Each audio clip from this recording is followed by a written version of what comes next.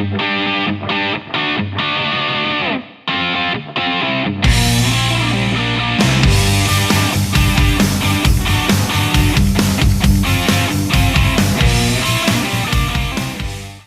everybody, Lieutenant Joe here for the Blue Heart Podcast. Today, I brought back Steve Neal from Chesterfield, Virginia, PD. Steve is an amazing author. He's got several great books out there. We talked about toxic bosses on a previous episode a little bit. We're going to get into that more down the road.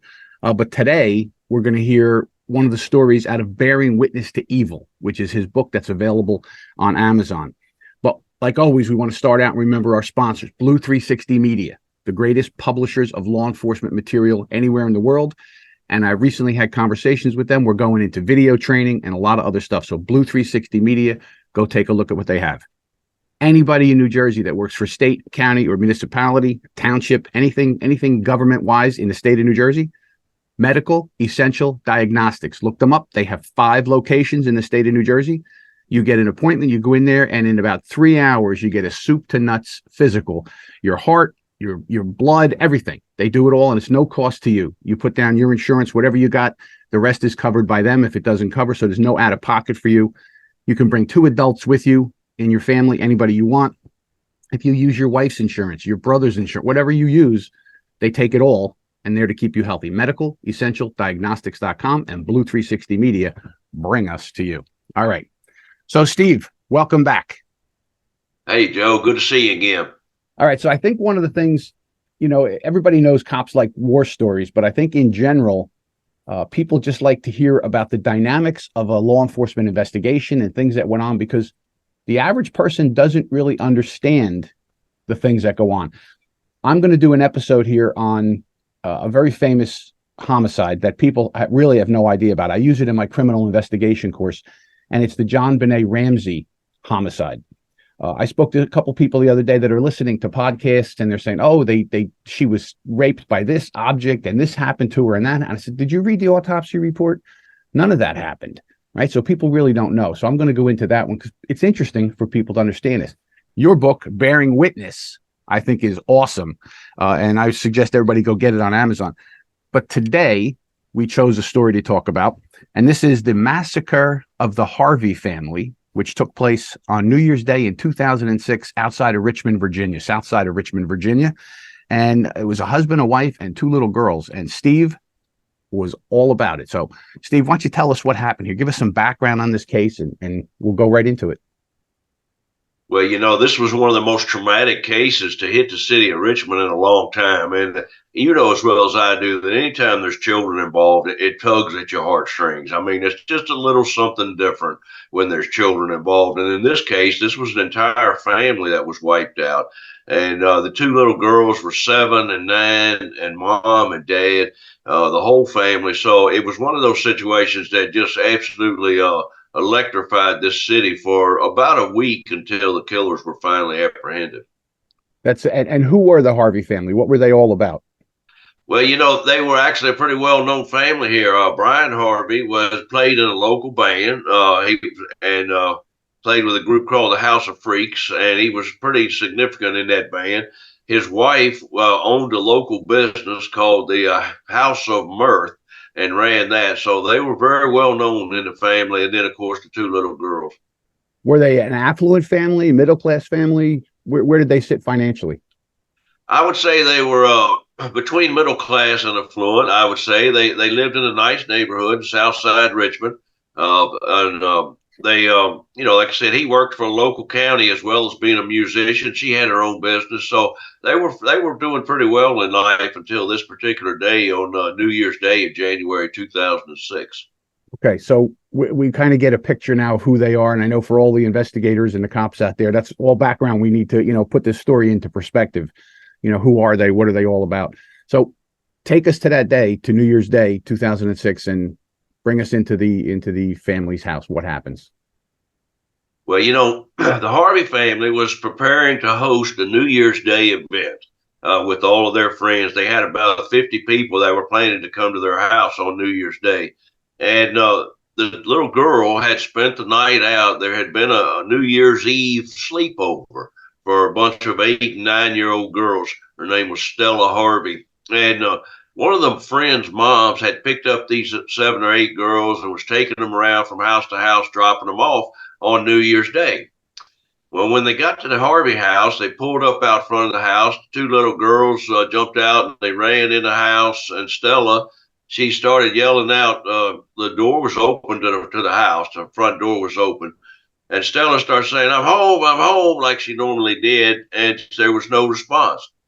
So the adult friend, the lady who was dropping her off, they came in. They looked around the house a little bit. They didn't see anybody. So they thought that was a little unusual, but the woman said, "Just come on home with me. We'll be back later today. It's no problem. But maybe mom and dad had to go to the store or something like that. They're just not home."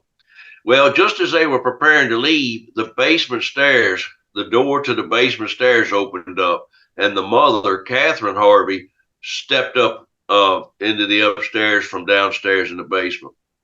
And Miss Perkinson, who was the other lady who was dropping the kids off, she said she could see that something was wrong. She said that Catherine Harvey's face was ashen. She looked shook. She just looked like something was wrong. So Miss Perkinson said, "Hey, you okay?" When their friends tried to check on her, everything all right? And she said, "Yeah, everything's okay." But then Miss Perkinson said, "Look, is everything all right? Something doesn't seem right here." And the victim, Catherine Harvey, took her hand and put it up to her head and made that circular motion like everything is crazy here. But so Perkinson said, "Look, I know you're probably stressed, getting ready to have a party today with all these people. I'll come back over early and I'll help you in a little while." So victim Catherine Harvey, she said, "Sure, that's fine." So the 2 little girls said, "Hey, can I stay here?" Perkinson's little girl said, "I want to stay with my friend, stay home." And they started to go downstairs, the 2 girls. And Catherine Harvey, the victim, stepped in front of them and put her hand out and said, "No, no." So the Perkinses once again thought that was really odd, but they were like, "Well, okay, all right. We'll be back in a few hours, but it's okay." So they turned around, left the house, and they went to their house. Well, what nobody knew at that time is the killers were actually in the house holding the family hostage in the basement at that very moment when the little girl returned with her friends. So, all right. So the little girl, the Perkinson girl, she left with her mother. So she wasn't there at the house. She went home. That's right. The Perkinson and her mother, they went home. Well, less than an hour later, they lived close by. They were all friends in the neighborhood type thing. They lived a couple blocks away. Well, less than an hour later, another friend called Perkinson and says, "Hey, the Harvey family's house is on fire. The house is on fire." So all the friends ran over there. Of course, the fire department came.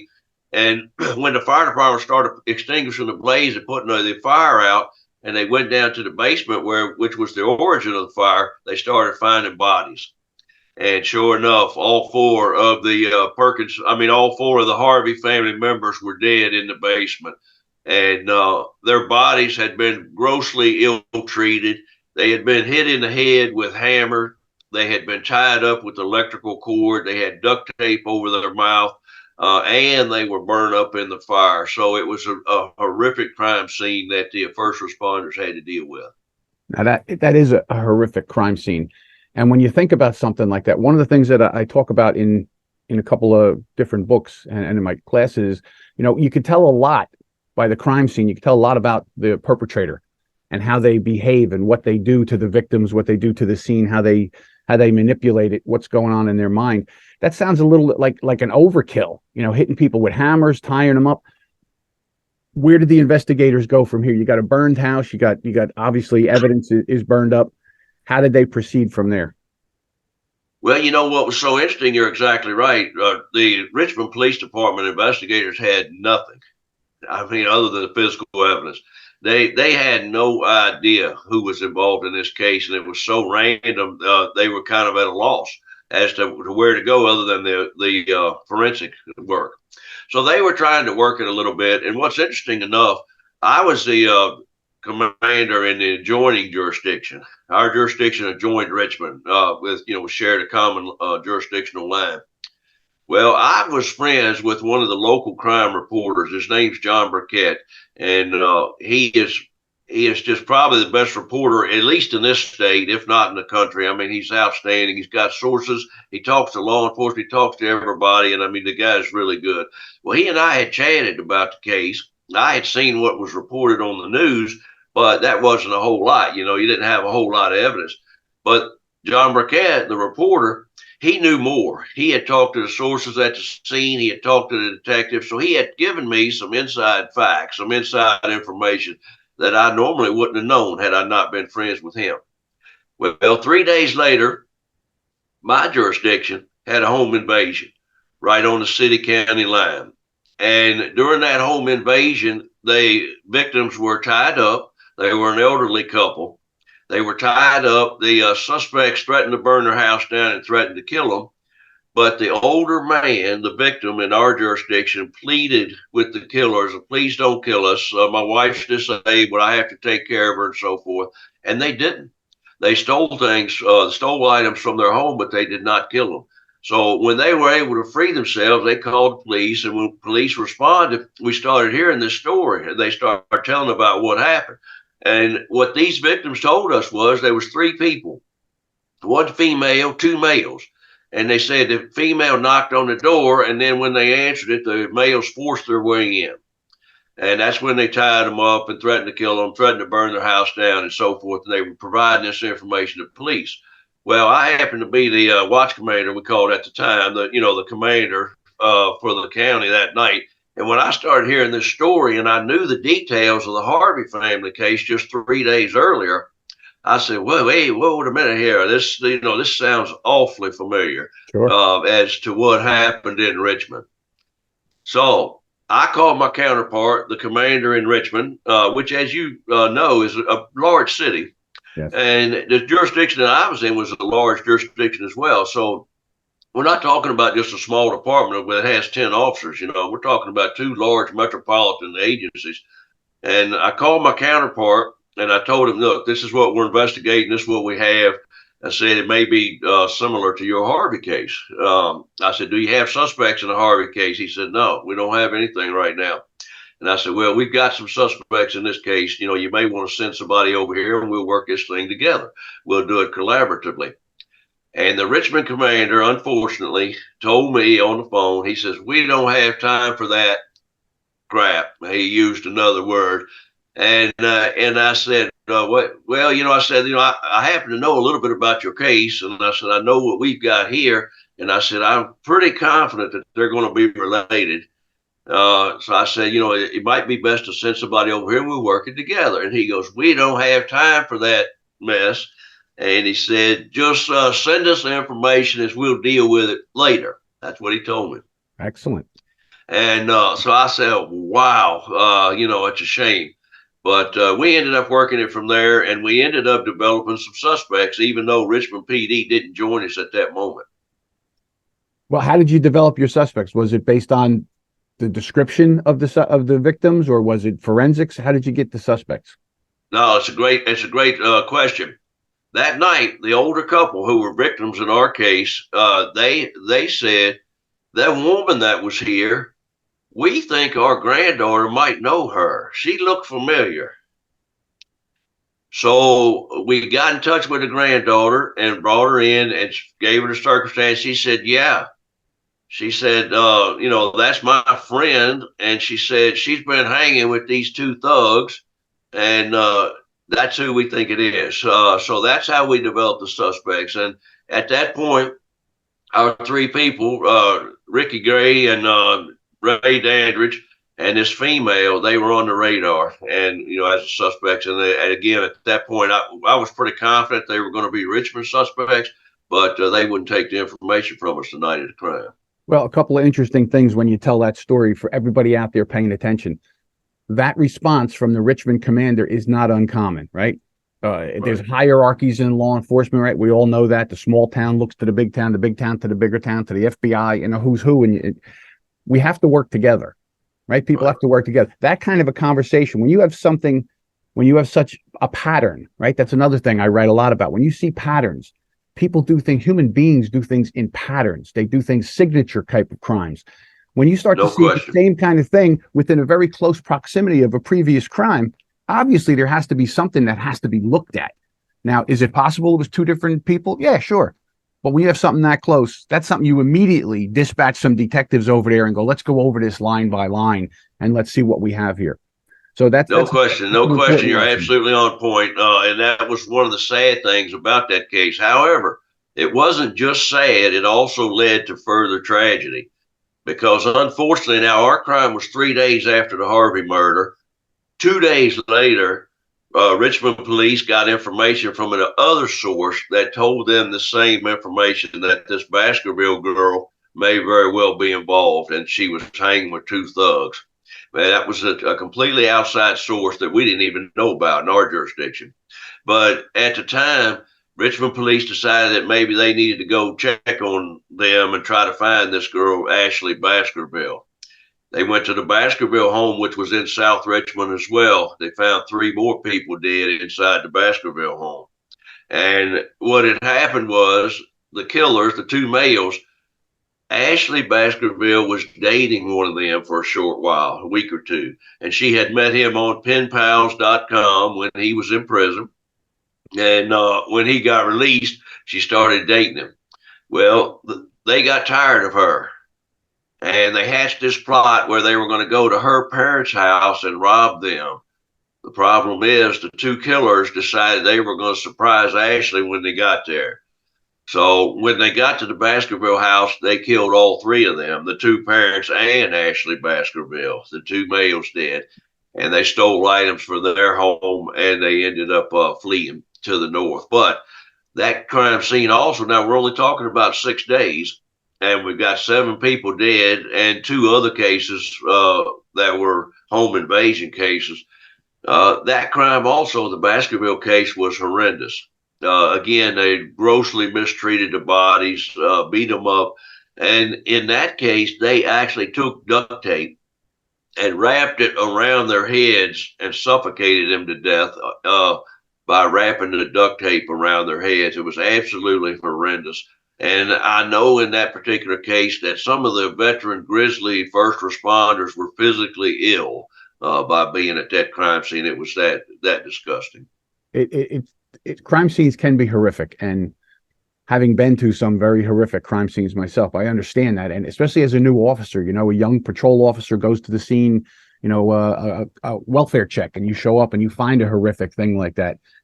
It's important to go over with everybody how they respond to a call like that. What if they find something? But the whole idea of seeing, and that's where I see where your book is, bearing witness to evil. That overkill is really, that is evil. I mean, I don't want to parse this down to, well, if you're going to commit a crime, you commit the crime. And if you're going to remove your witnesses, I can see that that's in some people's mindsets. That's what they do. They kill them.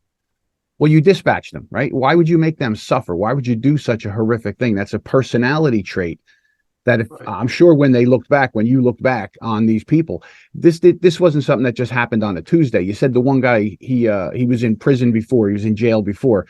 So obviously it's a kind of a lifestyle, but so when Ashley was killed, she was the girl in the first crime. She's the one who brought them to the family. How did they target their families? Did you ever find out were these people cooperative? Did you get to interview them?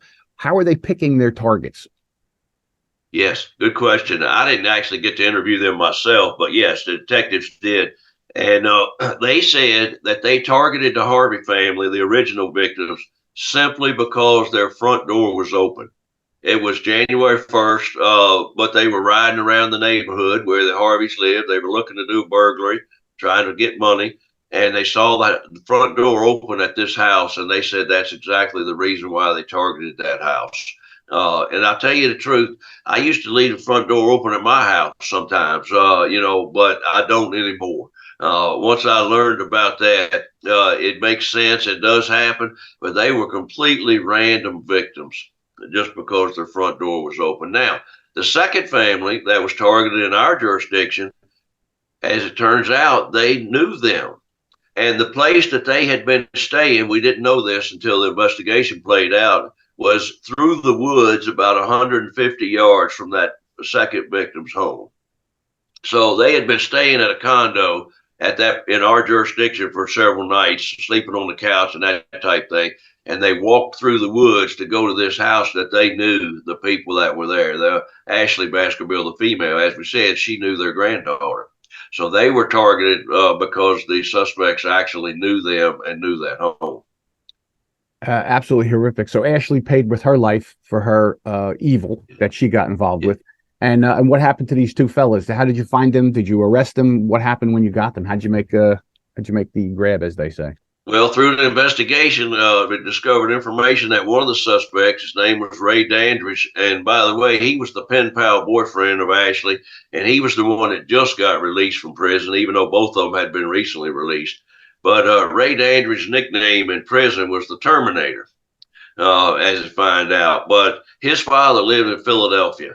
So they got information that, they wanted to check out Philadelphia. Well, when the Philadelphia PD went to the place where he lived, Mr. Baskerville's green SUV was parked right out front of the Dandridge home.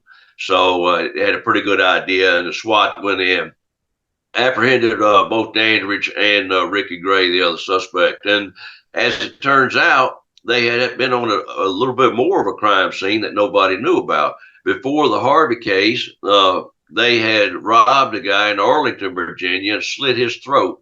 Now, he survived, but they ended up putting that case back on him.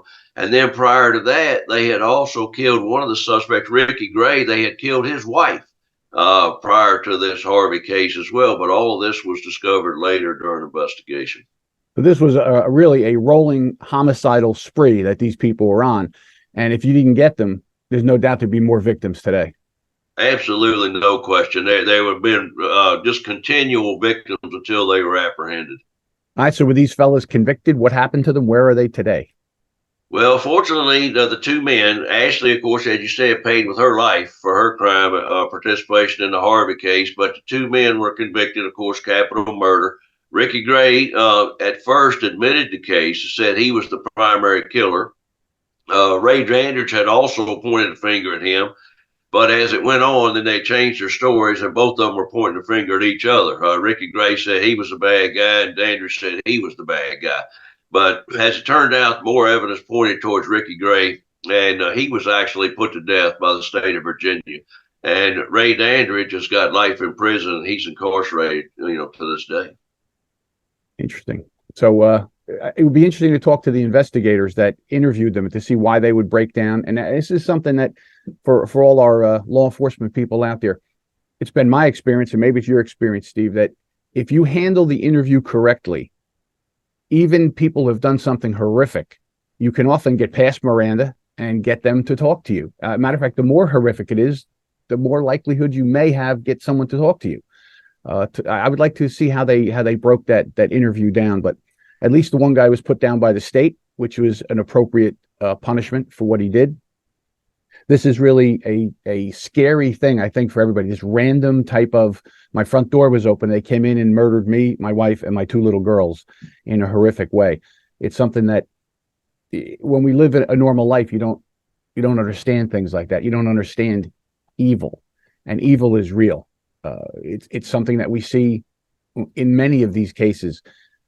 It's hard to comprehend because I wrote an article recently, and it was called "Good Does Not Understand Evil." Good people don't understand how someone who has evil intent in them, in their soul, can do these kind of things, where a person that's evil doesn't think twice about it. They don't have to be sociopaths. They're just evil, and they do what they do. And I think that's an important topic. So I think your book is excellent. I'm waiting for my copy to come right now, because I'm going to go through every one of those stories, and we'll have you back on again to talk about them. Well, thank you. Yeah, let's do that. You may recall I told you last time we talk about 15 of these crime cases in the book, but then we also have a story behind the story for each one of those cases. And in this case, our story behind the story is an interview with Miss Perkinson, the lady who dropped the little girl off at the Harvey home that morning. And I have to tell you, her story and the way she has been able to process that and what she's done in regards to that is an absolutely amazing read. And I highly recommend it to anybody. I think that's fantastic. And, let's talk about her for a real quick second before we jump off here. She felt something was wrong. Now, a Yes. lot of us have that sixth sense that something's up. We read that body language. Okay. Previous episode, I had Sean Grogan on, and he is an expert in body language. And we all live by body language. We sense something's not right with somebody and this and that. And what do we do about it? What do we do with those conversations? What you described in this case, when the mother came up out of the basement and the woman felt something was wrong, that is very, very common that you will find when Yes. somebody's holding somebody or multiple people, they'll send somebody out to make it seem like everything's okay. And you just know that it's not. We had a That's exactly what happened in this case. Yeah, we had a domestic violence incident where two brothers and the girlfriend, they had beaten her up pretty bad. And basically the same thing. The neighbors called because it was a horrific screaming, fighting kind of a thing going on. When the patrols got there, the young lady answered the door and said, "There's no problem, no problem." And they could tell by her look, her expression, her fear that something was going on. She closed the door and walked away. They spent the next couple of hours trying to get her to come to the door. Finally called me and my partner. We were negotiators.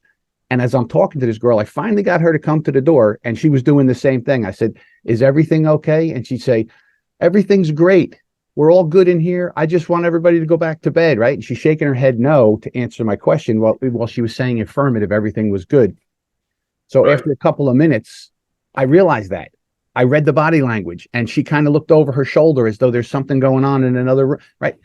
What action do you take? Well, I had several bosses on scene, and they were talking about prolonging I said, "She's going to walk away from this door. We got to do something." So I brought a couple of cops up on the porch while I was talking to her. I said, "Okay, we're going to get ready to leave as long as you're okay." And then I horse kicked the door open. We dragged her out, and a team went running in, and they found the two brothers in there. They were armed. They were both wanted. And they beat her up. They were abusing her, and they told her, "Go to the door, tell them everything's okay, and get rid of them cops," which is very common, just like in your situation. So if you see that, if you have an inclination, something like that is going on, think a little deeper. Think evil and what evil people would do. You're absolutely right. We've all seen it. We've all been involved in it. It does happen on a fairly regular basis. Think for a minute. Put yourself in the place of Catherine Harvey, the victim. Her husband and her young daughter are being held hostage in the basement. They sent her upstairs, as you said, to get rid of the other people, tell them everything was okay. And I'm sure they probably made some promise to them. If we won't hurt you if you go ahead and send them upstairs.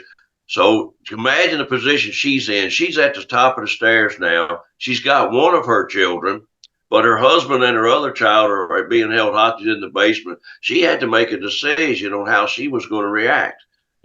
She could have decided to bolt out the door and save her one child at that moment, or she had to decide to take herself and that child back into that danger. And I tell you what, that's going to be one of the most strenuous decisions that anybody would ever have to make, and I can only imagine what was going through her mind. I can only imagine. And I would have to say, I hope that there's a loving God that keeps them in his graces and sends that other fella to hell where he belongs. But so, Steve, thank you very much. I appreciate you being here with us again. This was a very interesting and disturbing story, and there are 14 more that we have to go over.